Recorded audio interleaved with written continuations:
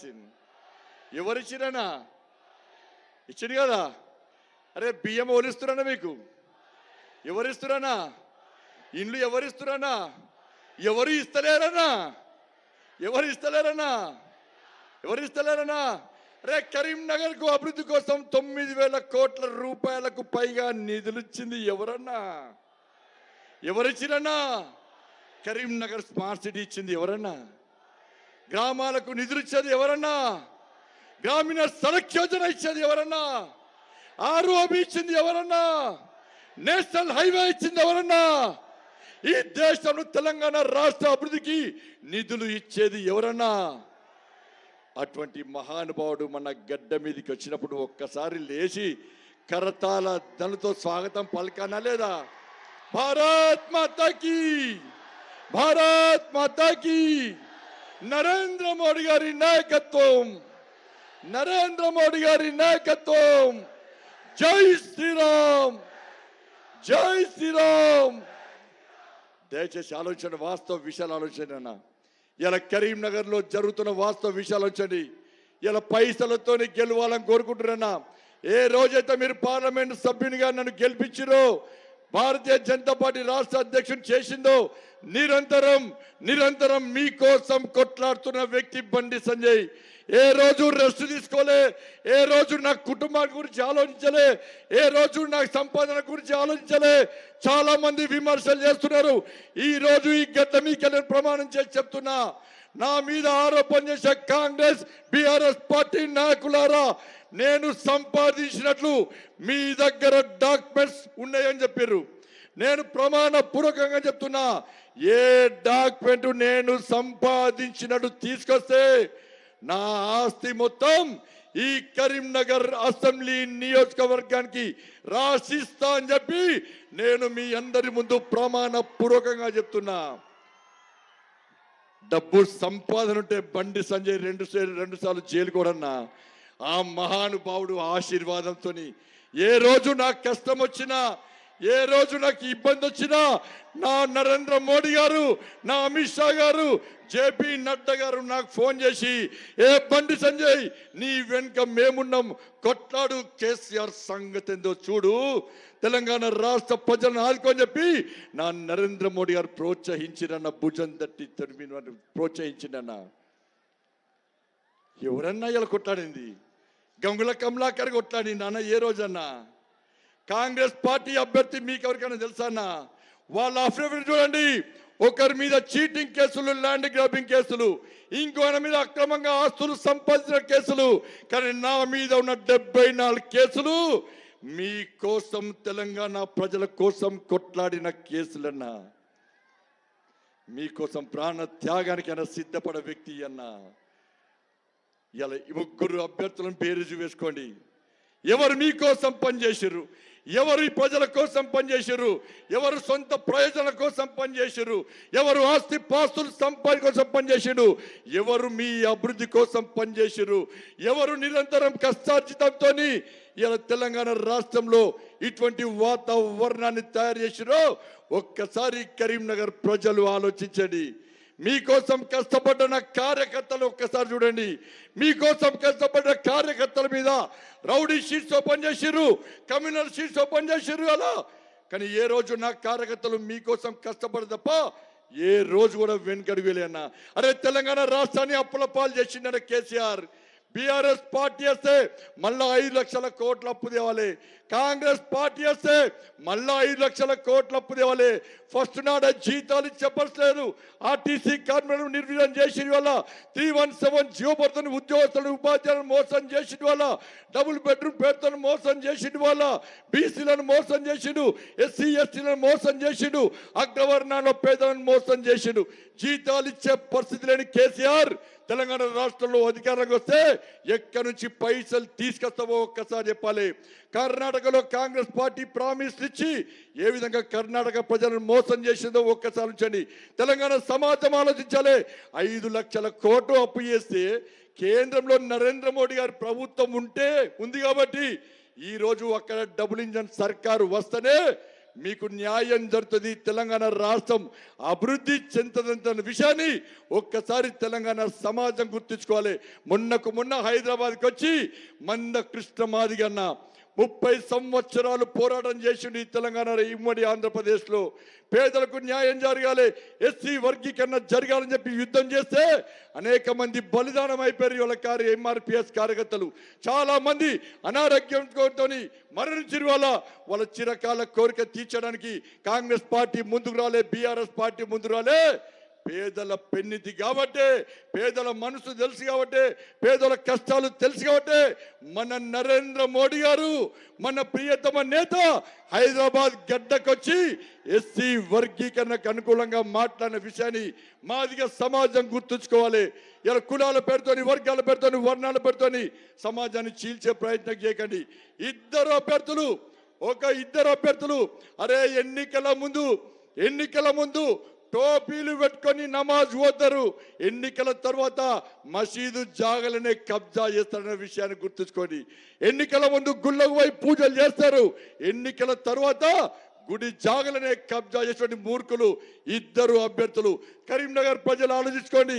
నేను మీకోసం కొట్లాడినా, నాలాంటి వ్యక్తులను ప్రోత్సహించకుంటే ఇలా పేద ప్రజల గురించి ఎవ్వరు కొట్లాడరన్నా.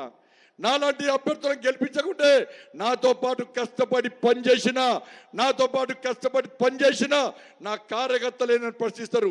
అన్న పేదల కోసం కష్టపడి పనిచేస్తే, పేదల కోసం 74 కేసులు వేసుకుంటే, పేదల కోసం నాన్ అవైలబుల్ కేసు పెట్టుకుంటే, పేదల కోసం జైలుకు పోతే, ఇలా పేదోళ్ళే ఓట్లు లేకుంటే పేదల కోసం ఎందుకు కొట్లాడాలన్నా చెప్పి నా కార్యకర్తలు ప్రశ్నిస్తే ఏం సమాధానం చెప్పాలి ఒక్కసారి నుంచండి. నా భార్యను చంపుతున్నారన్నా, నా పిల్లలు కిడ్నాప్ చేస్తున్నారన్నా, రేపు నా భార్య పిల్లలే ప్రశ్నిస్తారు. ఇలా భార్య పిల్లలే ప్రశ్నిస్తారు. అరే పేదల కోసం నువ్వు పనిచేస్తే ఆ పేదోళ్ళ ఓట్లేలే, నా కుటుంబాన్ని చంపుతాన్నా కూడా పేదల కోసం పనిచేస్తావు, ధర్మం కోసం పనిచేస్తావు. ఆ పేదల కోసం నీకు ఓటేకుంటే ఎందుకు పనిచేయాలి పేదల కోసం అని చెప్పి నా భార్య పిల్లలు ప్రశ్నిస్తే ఏం సమాధానం చెప్పుకోవాలో కరీంనగర్ ప్రజలు ఆలోచించాలి. తెలంగాణ మొత్తం కరీంనగర్ చూస్తుందన్న. 60 లక్షల మంది నిరుద్యోగ యువత మీకోసం చూస్తారన్న. అవుట్ సోర్సింగ్ ఉపాధ్యాయులు మీకోసం, అవుట్ సోర్సింగ్ ఎంప్లాయీస్ మీకోసం చూస్తారన్న. ఆర్టీసీ కార్మికులు మీకోసం చూస్తారన్న. పేదోళ్ళు మీకోసం చూస్తారన్న. ఒక్కసారి ఆలోచించండి. కరీంనగర్ ప్రజలు ఒక్కటి కావాలి, మీరు ఒక్కటై ఇలా మీ నాయకుడు మీరు తయారు చేసినటువంటి, మీ కన్న బిడ్డగా చూసుకున్నటువంటి మీ బండి సంజయ్ని 2 సార్లు ఓడగొట్టిర్రు. ఒక్కసారి బండి సంజయ్కి ఆలోచించి ఒక్క ఛాన్స్ ఇవ్వండి. కరీంనగర్ శాసనసభ్యునిగా మీకు సేవ చేసే అవకాశం ఇవ్వండి. 5 రోజులు కష్టపడిన నా కోసం 5 సంవత్సరాలు ఈ కరీంనగర్కు రక్షణ కవచంగా ఉంటానని చెప్పి మీ అందరికీ విజ్ఞప్తి చేస్తూ, మన అందరి ప్రియతమ నేత, మనందరి ఆదర్శమూర్తి అన్న కరీంనగర్ ఆరోపి కోసం పోతే, నరేంద్ర మోడీ గారి దగ్గర పోతే శబాష్ బండి ఆరోబి పక్కా చేయాల్సిందే, పక్కా ఇవ్వాల్సిందే. కరీంనగర్కు సిఆర్ఎఫ్ ఫండ్స్ కావాలి సార్ అంటే తెలంగాణకు 500 కోట్లు ఇస్తే కేవలం కరీంనగర్కే 200 కోట్ల రూపాయలు ఇచ్చినటువంటి మహానుభావుడు నరేంద్ర మోడీ అన్న. ఇలా కేటీఆర్ అంటున్నాడు నరేంద్ర మోడీ ఎట్లా దేవుడుతాడని. నీ అయ్య దేవుడా? రే నీ అయ్య ఆర్టీసీ కార్మికులు ఆత్మహత్య చేసుకుంటా బయటికి రాని మూర్ఖుడు మీ అయ్య. 27 మంది ఇంటర్మీడియట్ విద్యార్థులు ఆత్మహత్య చేసుకుని నీ అయ్య బయటికి రాలే. వడ్ల కుప్పల మీద రైతులు చనిపోతే నీ అయ్య బయటికి రాలే. 317 జీవో పేరుతోని ఉద్యోగస్తులు ఉపాధ్యాయులు గుండె వలి చచ్చిపోతే నీ అయ్య బయటికి రాలే. ఎస్సీ రిజర్వేషన్ వర్గీకరణ కోసం ఎస్సీ సమాజం ఉద్యమం చేస్తే నీ అయ్య బయటికి రాలే. పోడు భూముల కోసం ఎస్సీ సమాజం యుద్ధం చేస్తే మీ అయ్య బయటికి రాలే. డబుల్ బెడ్రూమ్ల కోసం కానీ, మహిళల మీద అత్యాచారాలు జరిగితే మహిళలు చనిపోతే మీ అయ్య బయటికి రాలే. రుణమాఫీ కోసం రైతులు చచ్చిపోతే నీ అయ్య బయటికి రాలే. ఇలా ఎప్పటికప్పుడు స్పందించి పేదల హృదయాలను దోచినటువంటి ఒక పేద వ్యక్తి దేశ ప్రధాని అయింది కాబట్టే ఈ దేశంలో పేదలకు న్యాయం దొరుకుతున్న విషయాన్ని ఒక్కసారి గుర్తించండి. అటువంటి మహానుభావుడు ఈరోజు కరీంనగర్ గడ్డ మీదకి వచ్చి మా అందరినీ ఆశీర్వదించడానికి వచ్చినటువంటి ఆ మహానుభావుడు ఆదరణీయ శ్రీ నరేంద్ర మోడీ గారిని మనందరినీ ఉద్దేశించి ప్రసంగించవలసిందిగా కోరుతూ భారత్ మాతాకి జై శ్రీరామ్.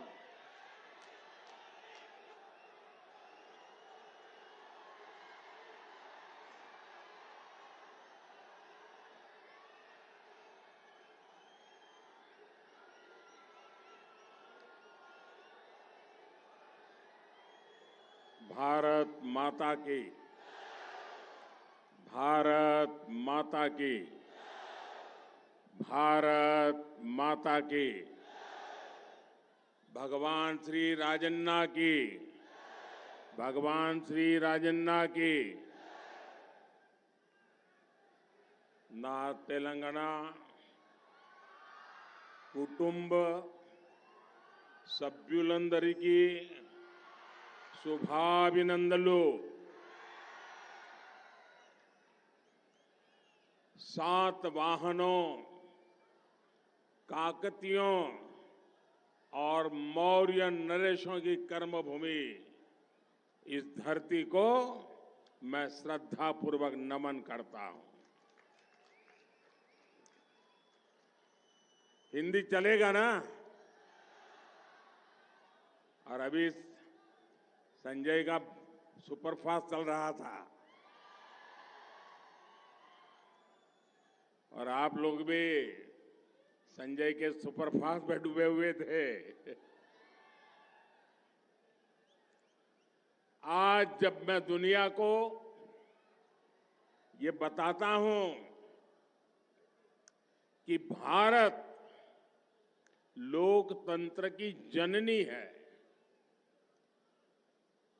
और जब मैं ये बात बताता हूं तो सबूत देता हूं, और उसके सबूत यहां करीमनगर में मिलते हैं.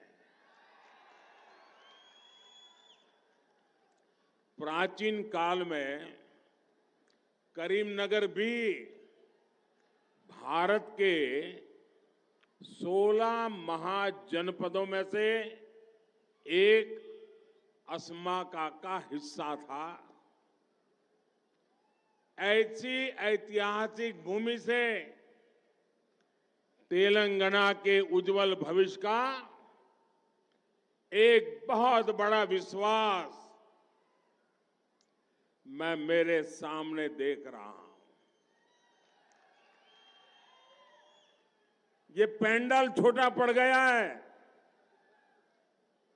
इतनी तादाद में आप सब आकर के हम सबको आशीर्वाद दे रहे हैं. मैं आपका हृदय से आभार व्यक्त करता हूं. प्यारे भाइयों बहनों, करीमनगर ने हुजूराबाद उपचुनाव में फार्म हाउस सीएम केसीआर को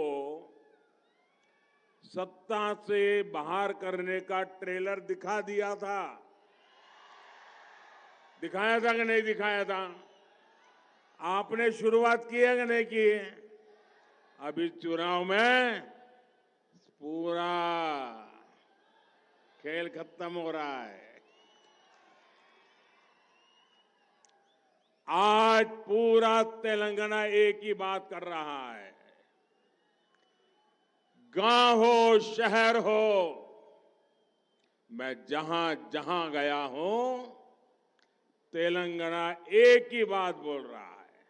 हर कोई कह रहा है तेलंगाना में पहली बार आ रही है बीजेपी सरकार. मेरे साथ बोलेंगे आप? मेरे साथ बोलेंगे? मैं कहूंगा तेलंगाना में पहली बार. आप सब बोलेंगे आ रही है बीजेपी सरकार. तेलंगाना में पहली बार, तेलंगाना में पहली बार, तेलंगाना में पहली बार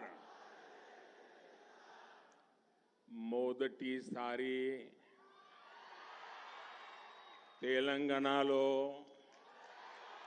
బీజేపీ ప్రభుత్వం ఏర్పాటు కానుంది.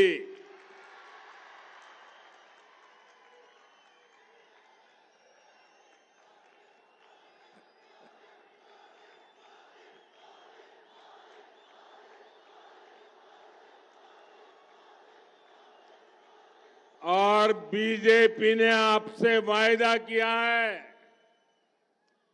बीजेपी सरकार में पहला सीएम बीसी समाज से ही होगा.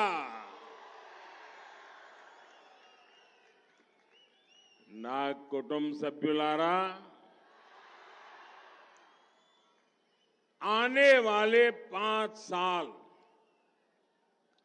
तेलंगाना के विकास के लिए बहुत जरूरी है. इन 5 वर्षों में तेलंगाना का राज्य, आज तेलंगाना की उम्र है 10 साल. ठीक है, 10 साल हो गए ना. अब 5 साल के बाद 15 साल हो जाएंगे. अब घर में बेटा या बेटी जब 10 साल के हो जाते हैं तो माँ बाप क्या सोचते हैं?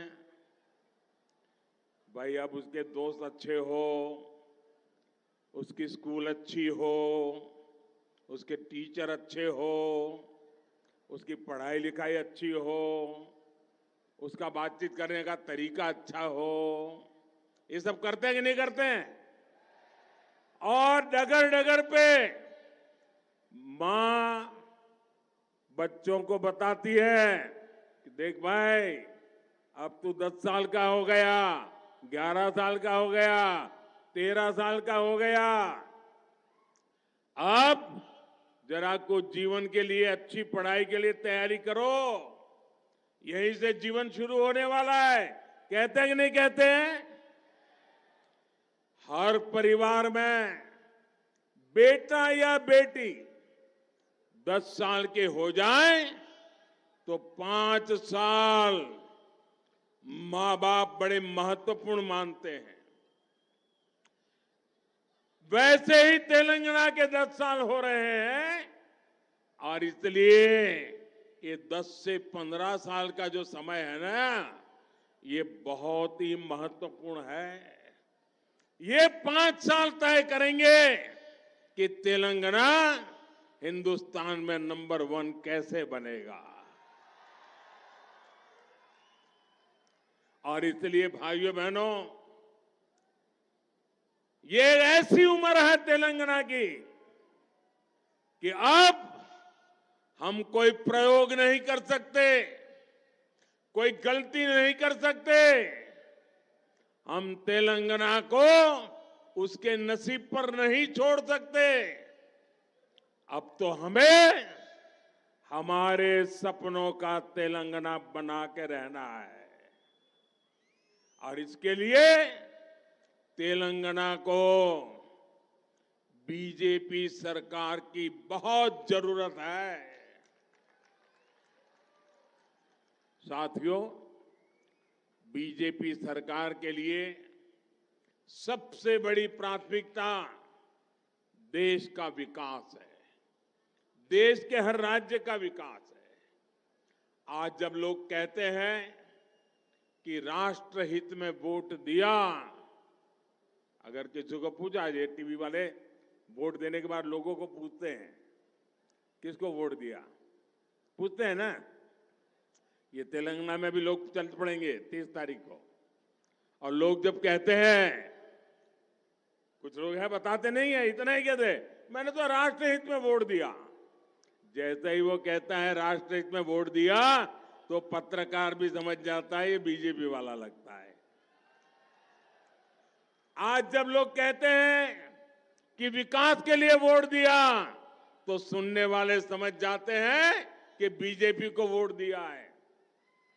आज जब कोई कहता है कि देश का गौरव बढ़ाने के लिए वोट दिया, तो सामान्य मानवी भी समझ जाता है कि तो बीजेपी को वोट देकर के आया है. जब जनहित की बात होती है, गरीब कल्याण की गारंटी की बात होती है, तब भी एक ही नाम सामने आता है, बीजेपी। बीजेपी। बीजेपी पर यही विश्वास आज तेलंगाना के भी कोने कोने में दिखाई दे रहा है। मैं जहां गया हूं, मैं परिवर्तन की हवा देख रहा हूं, मैं लोगों का मिजाज देख रहा हूं। अब यहां बदलाव निश्चित है। लोगों ने यह भी तय किया है, बीआरएस को भगाएंगे, कांग्रेस को आने नहीं देंगे। ना कुटुंब सभ्युलारा,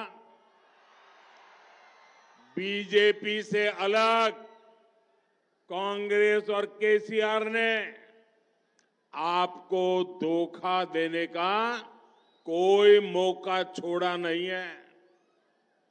जब कोई भ्रष्टाचार का नाम लेता है, परिवारवाद का नाम लेता है, तुष्टीकरण का नाम लेता है, तो तुरंत आपको कौन दिखाई देता है? बीआरएस दिखती है, या तो कांग्रेस दिखती है, या तो दोनों दिखते हैं। कांग्रेस के विधायकों की तो कोई गारंटी नहीं है, क्योंकि ये कब बीआरएस में चले जाएं, इसका कोई ठिकाना नहीं। सारा बिकाऊ माल बाजार में है।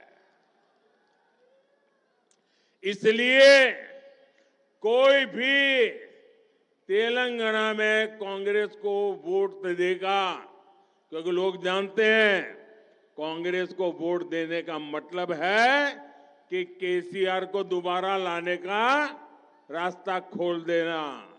कांग्रेस को वोट यानी केसीआर की सरकार फिर से आने की संभावना।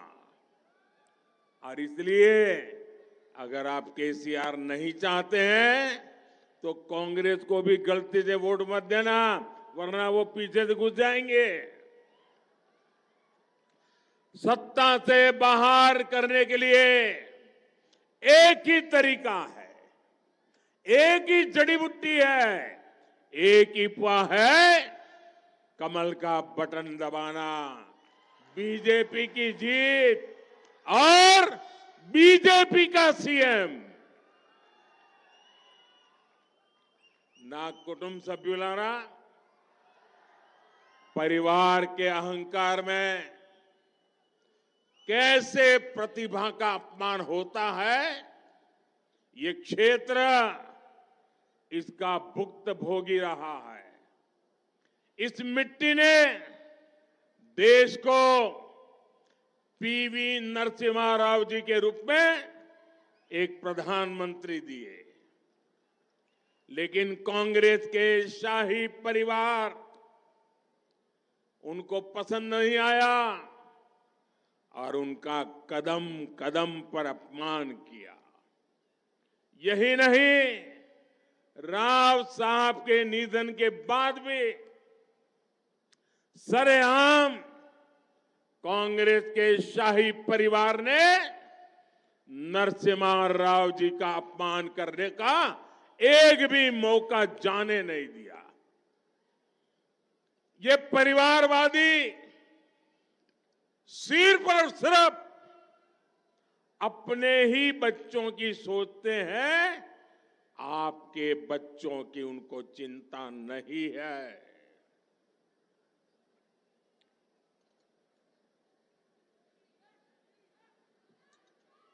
इसलिए आपको बीआरएस हो या फिर कांग्रेस, ये आपके बच्चों का भविष्य बर्बाद करने में कोई कसर बाकी नहीं छोड़ते। इसलिए मैं कहता हूं, कांग्रेस केसीआर ओक्टे,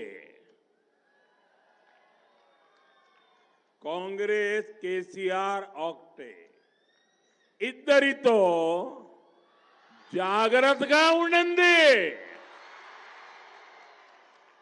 బీజేపీ మాత్రమే తెలంగాణ ప్రతిష్టను పెంచుతుంది.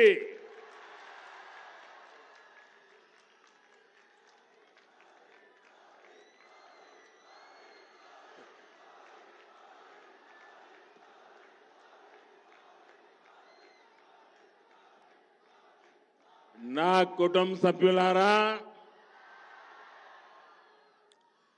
परिवारवादी पार्टियां कानून व्यवस्था को भी बर्बाद कर देती है.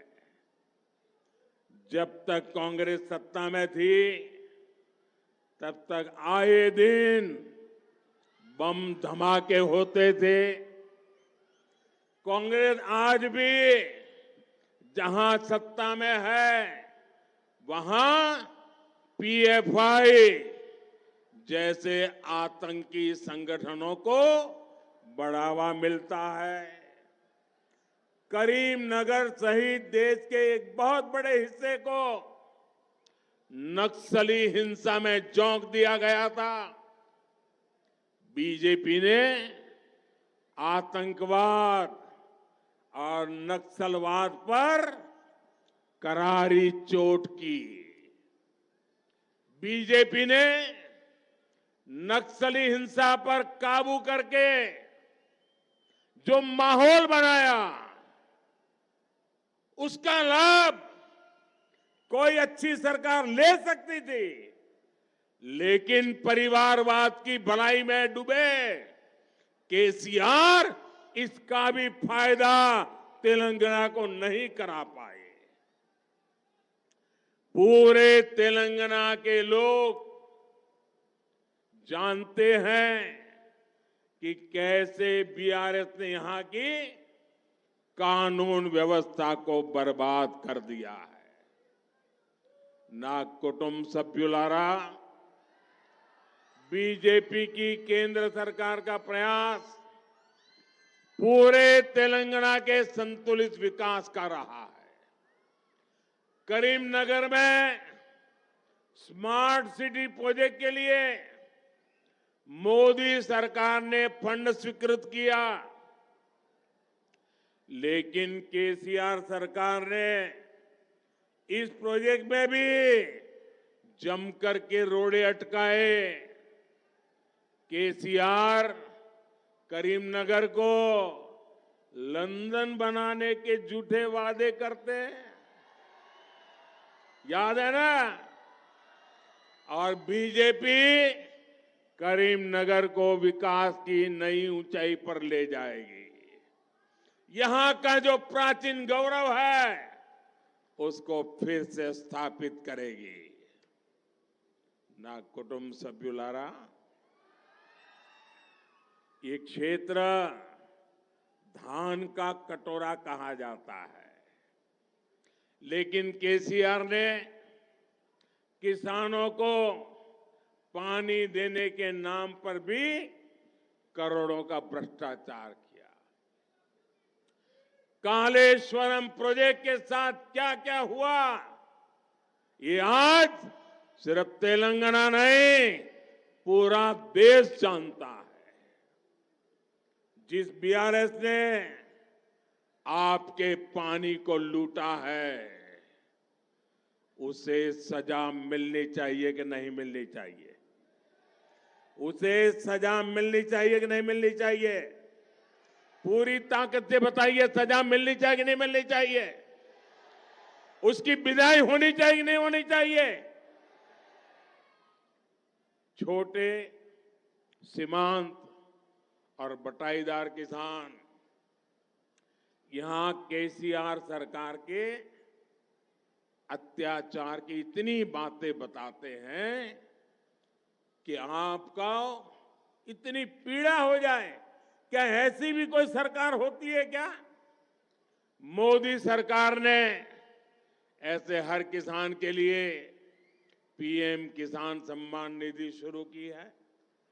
बीजेपी सरकार यहां के किसानों से बॉइल्ड राइस भी खरीदेगी और पैडी के भी बेहतर दाम देगी.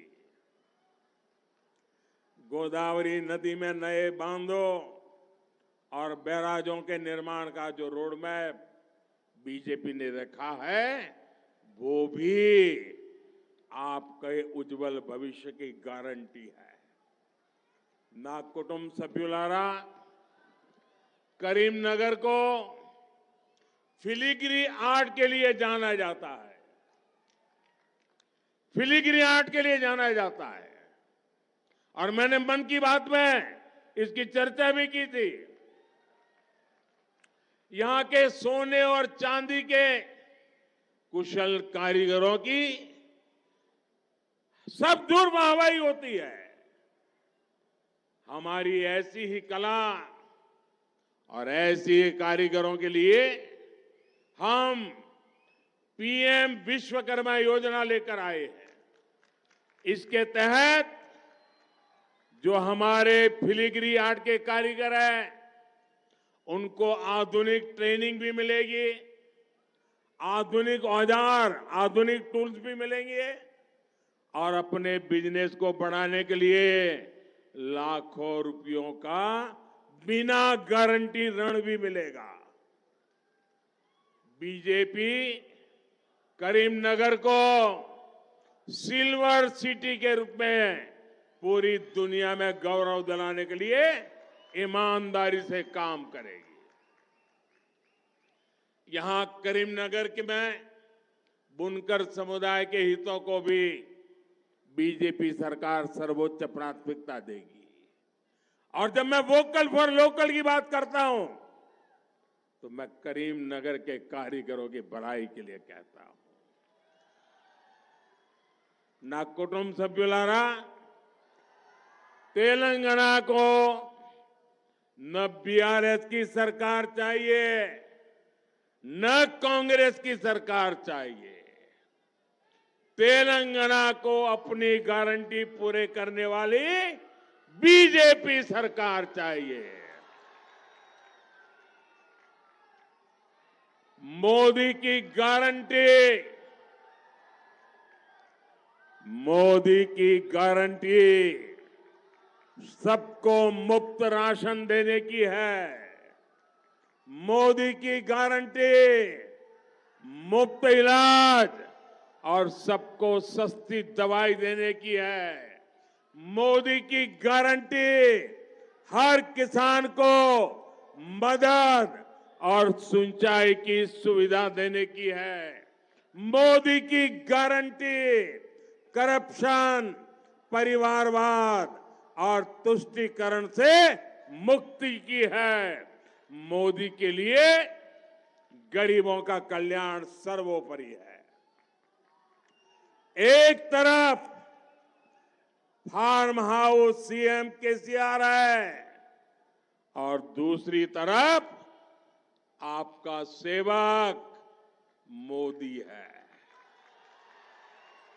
ये आपके केसीआर को इतने अंधविश्वासी है, किसी ने उनके कान में डाल दिया कि अगर मोदी की परछाई तुम पर पड़ेगी, अगर कहीं पर भी मोदी की परछाई भी तुम पर पड़ेगी, तो तुम्हारे सारे सपने चूर चूर हो जाएंगे।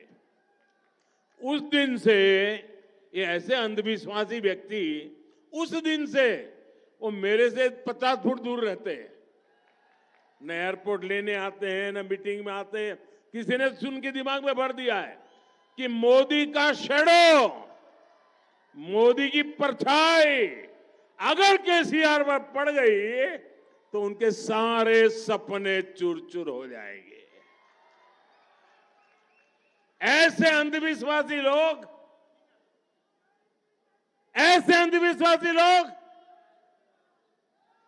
क्या तेलंगाना जैसे आधुनिक सोच वाले नौजवानों का भला कर सकते हैं? मोदी सरकार गरीब से गरीब को पक्का घर देने में जुटी है, लेकिन यहां की करप्ट केसीआर सरकार ने गरीबों को 2 बेडरूम फ्लैट देने का वादा पूरा नहीं किया और मोदी ने गरीबों के जो लाखों घर बनाए, उनको भी यहां की सरकार लाभार्थियों को मिलने नहीं दे रही है। ये जांच का विषय है। हजारों मकान बने हुए हैं, दिए नहीं जा रहे हैं। क्यों? कोई कटकी का हिसाब किताब बाकी है क्या? इसलिए रोक करके बैठे हो क्या? केसीआर सरकार ये बहुत बड़ा पाप कर रही है और ऐसी सरकार को सजा तेलंगाना का हर गरीब देने वाला है।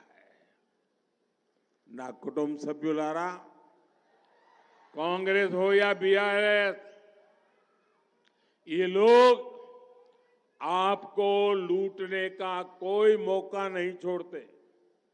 बीजेपी सरकारों में 96-97 रुपये लीटर पेट्रोल मिलता है। अगर महाराष्ट्र में बीजेपी सरकार है, पेट्रोल सस्ता। गोवा में बीजेपी सरकार है, पेट्रोल सस्ता। हरियाणा में बीजेपी सरकार है, पेट्रोल सस्ता। गुजरात में बीजेपी सरकार है, पेट्रोल सस्ता। जहां जहां बीजेपी की सरकारें हैं, वहां पेट्रोल कहीं 10 रुपया, कहीं 15 रुपया सस्ता है। जबकि यहां बीआरएस की सरकार आपसे कहीं ज्यादा रुपये पेट्रोल के नाम पर मार लेती है। आप यहां बीजेपी सरकार बनाइए, आपको पहले ही दिन पेट्रोल पंप पे जाओगे तो बीजेपी सरकार बनाने का संतोष वहीं मिल जाएगा। आपको महंगाई से राहत देने के लिए हर फैसला लिया जाएगा और ये मोदी की गारंटी है। और मोदी गारी गारंटी अंटे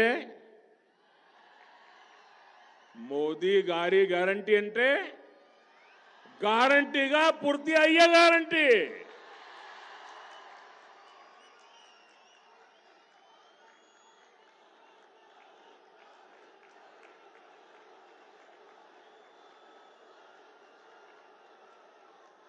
నా కుటుంబ సభ్యులారా, सामाजिक न्याय बीजेपी की प्राथमिकता है। सामाजिक न्यायम बीजेपी तोने साध्यम। इसलिए तेलंगाना को पहला बीसी समाज का सीएम देने का इसके लिए आपको वोट डालना है। मादिगा समुदाय को उनका हक मिले, इसके लिए वोट डालना है।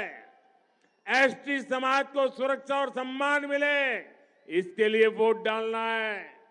केसीआर ने तेलंगाना के लोगों को विश्वासघात दिया, गरीबी दी, मुश्किलें दी।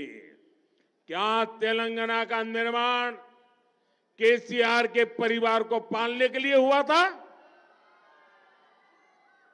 क्या आप लोगों ने तेलंगाना इसलिए बनाया था कि केसीआर अपने नाते रिश्तेदारों को भ्रष्टाचार की खुली छूट दे सके? केसीआर ने बोला था, क्या क्या बातें की थी?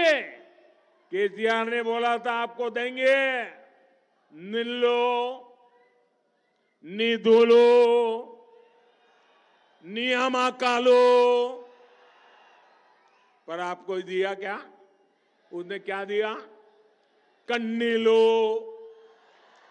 मोसालो, निरुद्योगुलो। और इसलिए मेरे साथ बोलेंगे? मैं बोलूंगा, फिर आपको बोलना है बीजेपी फॉर तेलंगाना। क्या बोलना है? क्या बोलना है? जरा हाथ ऊपर करके पूरी ताकत से बोलिए, क्या बोलना है? प्रतीकोना ओक्टेगाना, बीजेपी फॉर तेलंगाना। आपको क्या बोलना है? ప్రతి కోణ ఒకటే గానా, ప్రతి కోణ ఒకటే కానా, प्रति कोने ओकटे गाना। साथियों, तेलंगाना में बीआरएस की नाव डूबने वाली है और बीआरएस को भी ये एहसास हो चुका है कि 3 दिसंबर को उसका टिकट कट जाएगा।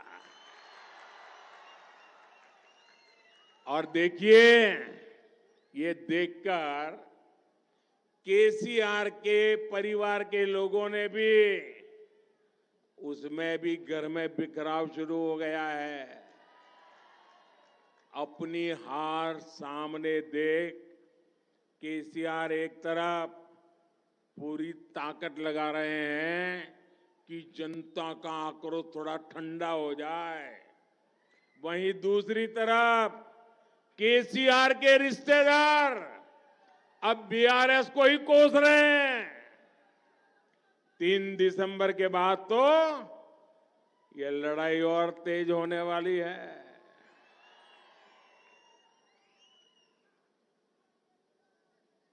भाजपा सरकार आने के बाद जब यहां लीकर स्कैम की जांच तेज होगी,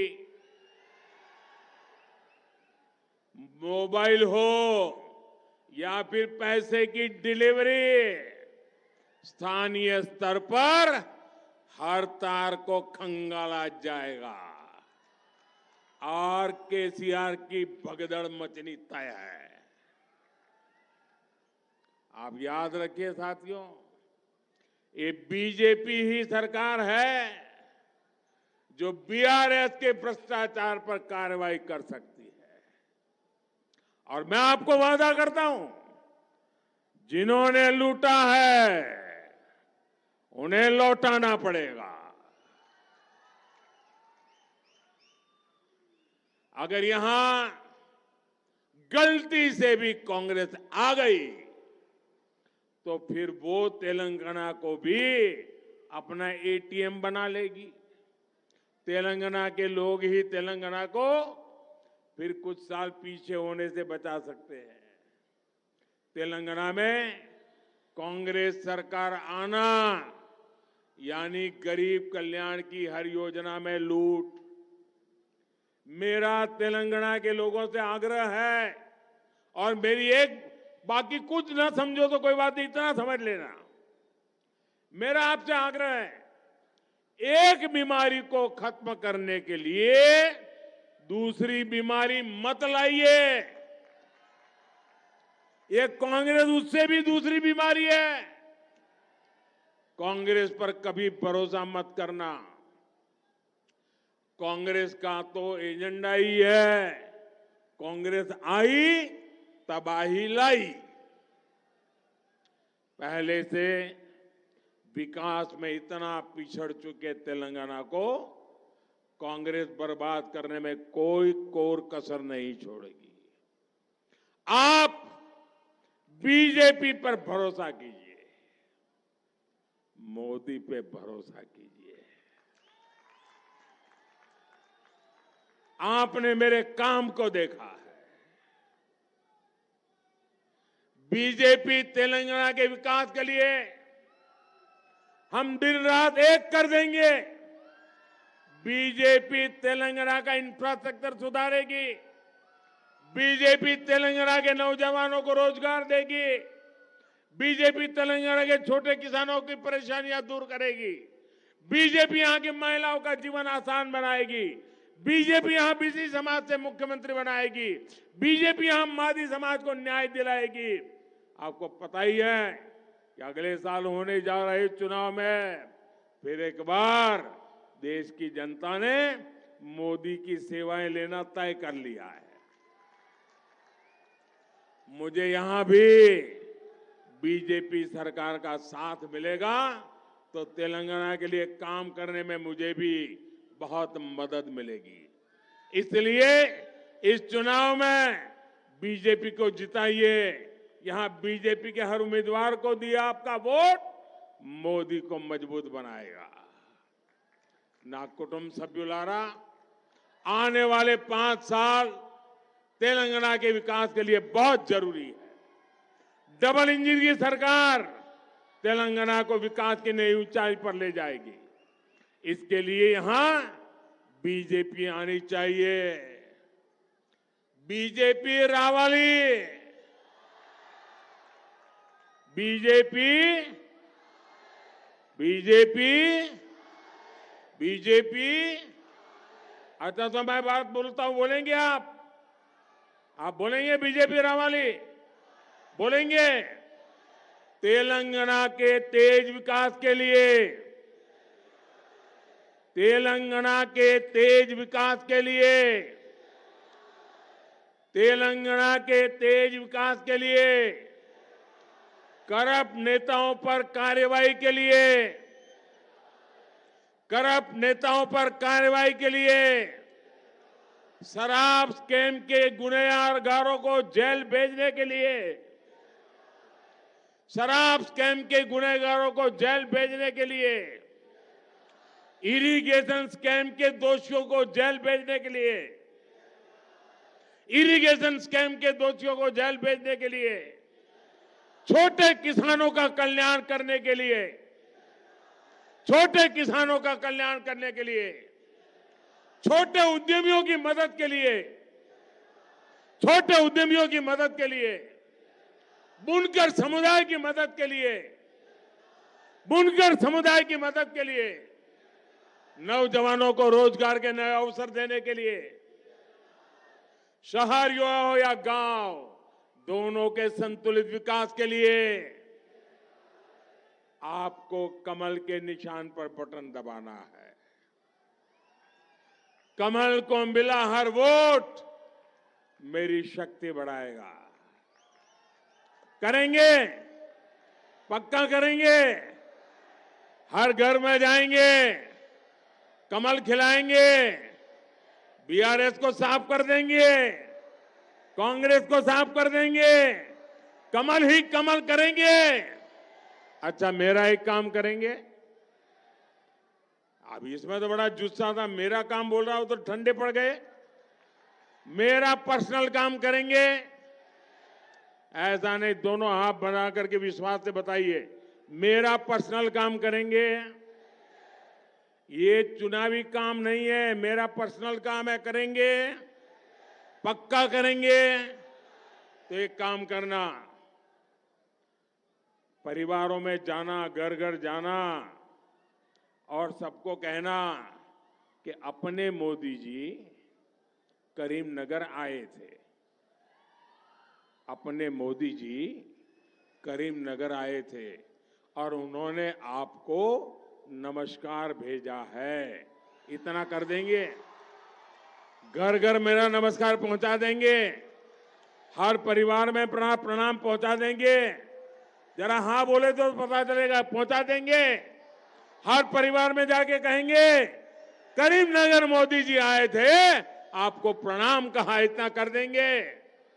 जब आप हर परिवार को कहेंगे ना कि मोदी जी ने करीमनगर आकर के प्रणाम भेजा है, तो वो मन से मुझे आशीर्वाद देंगे। और जब हर परिवार से आशीर्वाद मिलेगा तो मेरी ऊर्जा अनेक गुना बढ़ जाएगी। जब परिवार से मुझे विश्वास मिल जाता है तो मुझे आपके लिए काम करने की, दौड़ने की ताकत बढ़ जाती है। और इसलिए घर घर जाना, मेरे प्रणाम पहुंचाना। बोलिए भारत माता की, भारत माता की, भारत माता की। बहुत बहुत धन्यवाद। भारत माता की जय, भारत माता की जय।